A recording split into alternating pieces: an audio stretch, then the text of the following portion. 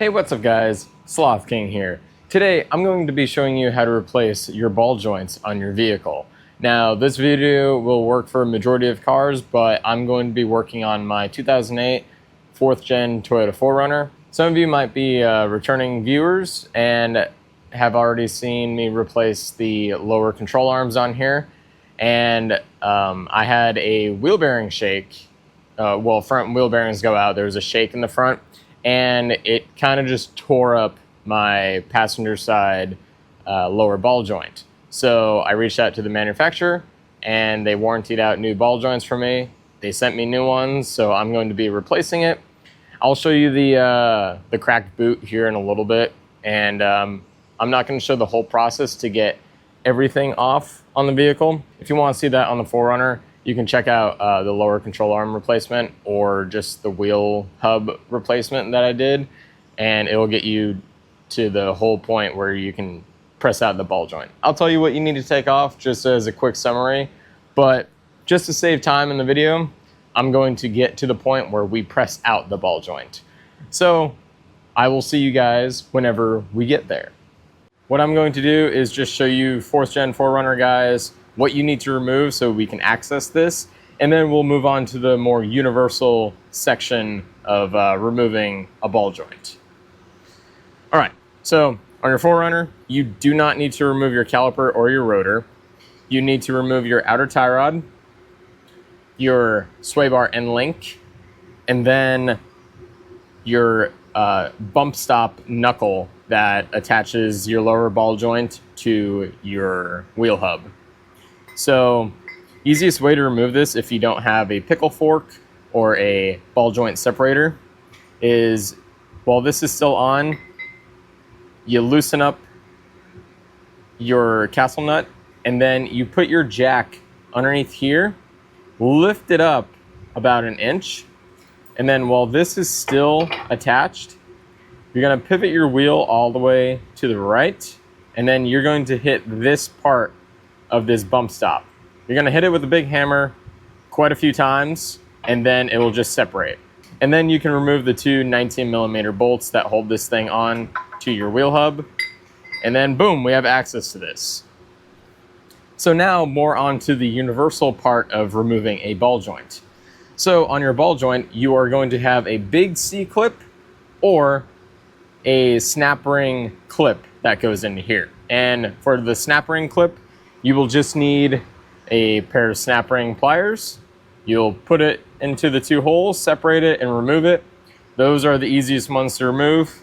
So on here, I have the big C-clip to deal with. So you're either going to get a pry bar or a big screwdriver that you don't care about damaging.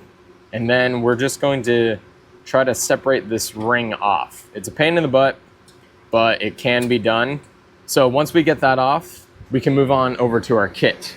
So this kit, I rented this from Advanced Auto Parts. This is a 23-piece ball joint service kit, and this is what we need for the 4Runner. Other cars, you can get away with the smaller one that has 3 or 4 different size cups, but with this, with the 4Runner and some other vehicles, just go ahead and rent this thing from your auto parts store. It'll make your life way easier. We will get into how to remove this once this clip is removed. All right, so what I did here, I put my C-clamp on this top part of the control arm, and then I put the other part on the stud of the ball joint just to stop this C-clip from moving around. Now I'm going to see if I can just get enough pressure to push on this so I can put my screwdriver back here and wedge the C-clamp into place. Just like that. Now I can just try to pry this whole thing off.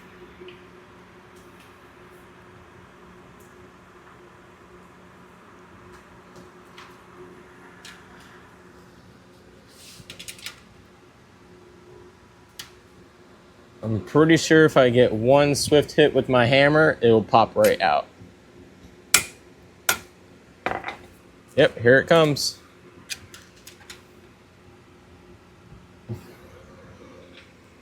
Be careful, this thing will go flying.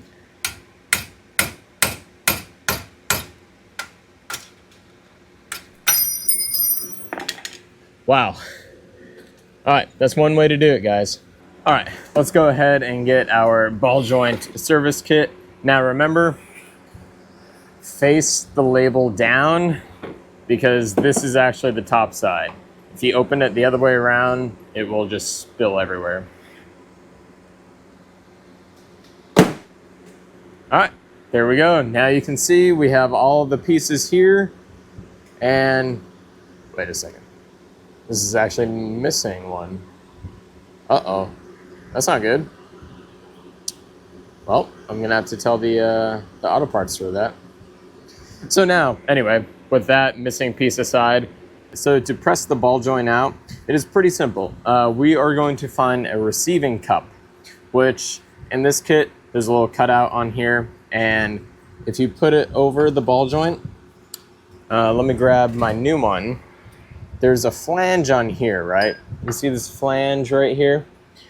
We want to make sure that we choose a cup size that is bigger than the flange, because we want this cup to sit on the underside of the control arm.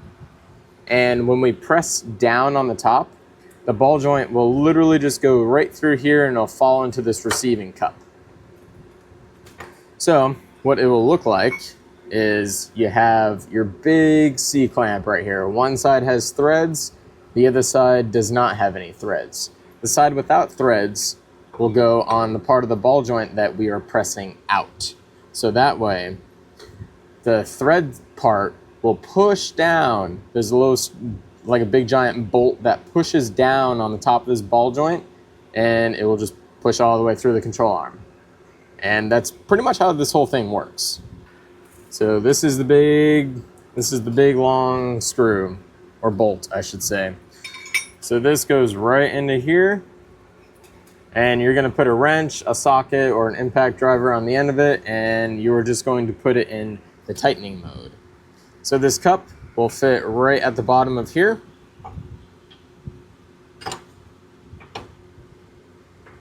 Put it on there, and then we're just gonna snug this up by hand.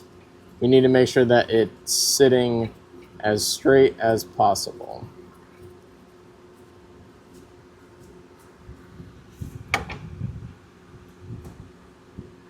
All right.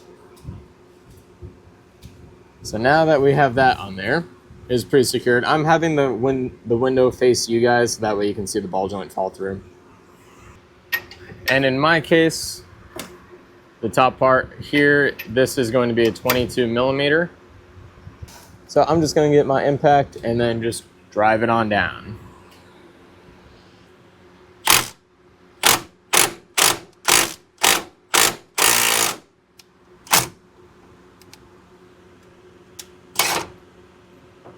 All right, so I had to move my cup a little bit.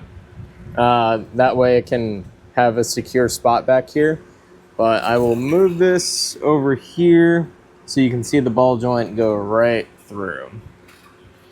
All right, here we go.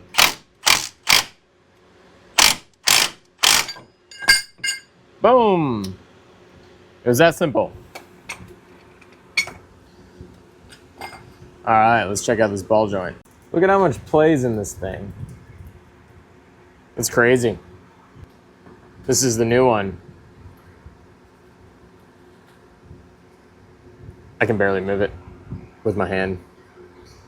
All right, so let's go ahead and press this one in. Now we need to find a cup that will fit on this little ledge right here. And if you don't have a cup that will fit it, sometimes you need to take off this boot, which is pretty annoying. But in this case, we should have an adapter that will fit right over this guy. See?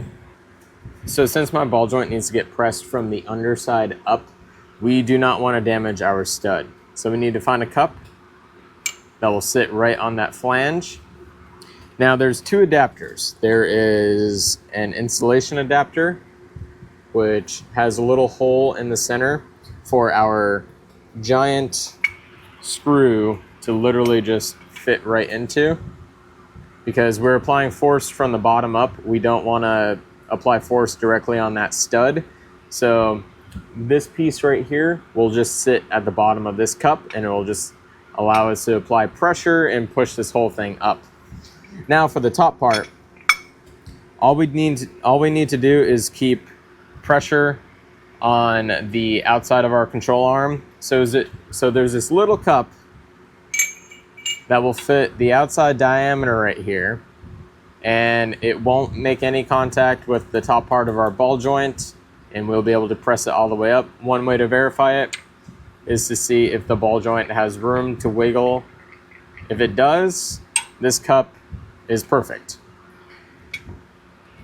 And this part will literally just sit right on top of here. So let's go ahead and assemble everything, and this is how it should look. Receiving cup right there.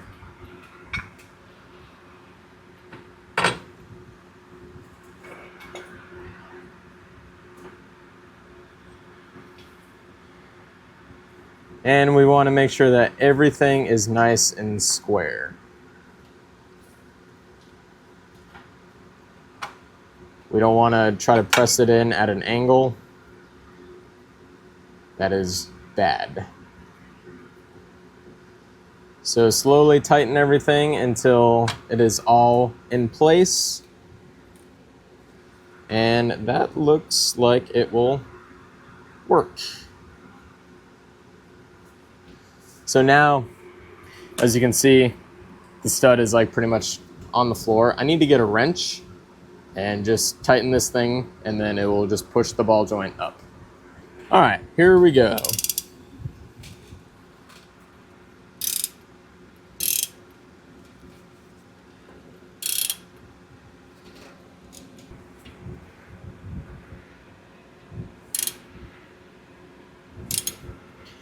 All right, what I probably need to do is jack up my lower control arm just a little bit so I can fit a socket under here, because this is pretty rough.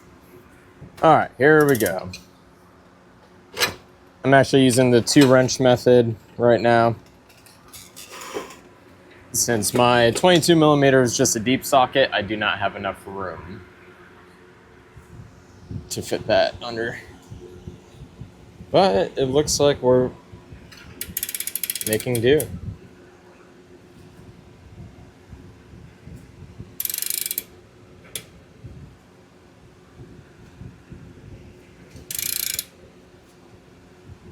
Oh yeah.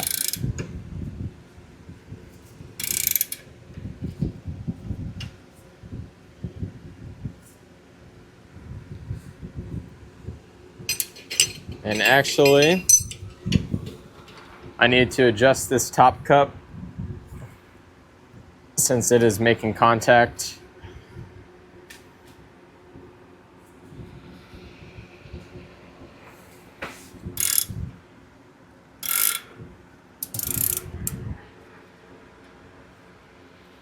There we go. All right, now we continue.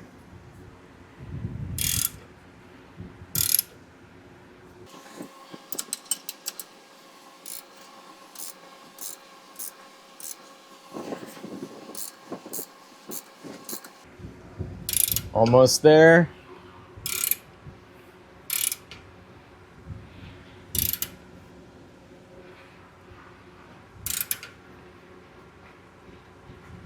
And boom, we got it. It is nice and flush. Now we can go ahead and remove it and then put our C-clamp on. All right, and the last thing that we need to do to secure this ball joint into place is put our new C-clip on. So just going to line it up there, and then we're going to get our hammer and then start tapping this thing on. There we go. Nice and secured. And you successfully, wow, I can't speak. And you successfully replace your ball joint. Now, go ahead and tackle this. Do it on your vehicle. It is definitely doable. You just need the tools. And yeah, finally, nice and done. But anyway, that's how you guys go ahead and replace a ball joint on your vehicle. It can be a bit tricky, and with the knowledge and the know-how and the gumption on doing it, you guys can do it yourself too. So anyways, if you guys found this video helpful, awesome, glad to help you guys out. There's probably a bunch of different other ways on removing and installing ball joints, but this is just the standard way on how to do it. And yeah, if you guys want to support the channel, you can go ahead and pick up one of these shirts. You can pick up my hat here. I also have a couple different designs, and so I have the link to my shop in the description below. Go ahead and check that stuff out. And like always, I'll catch you guys on the next ride.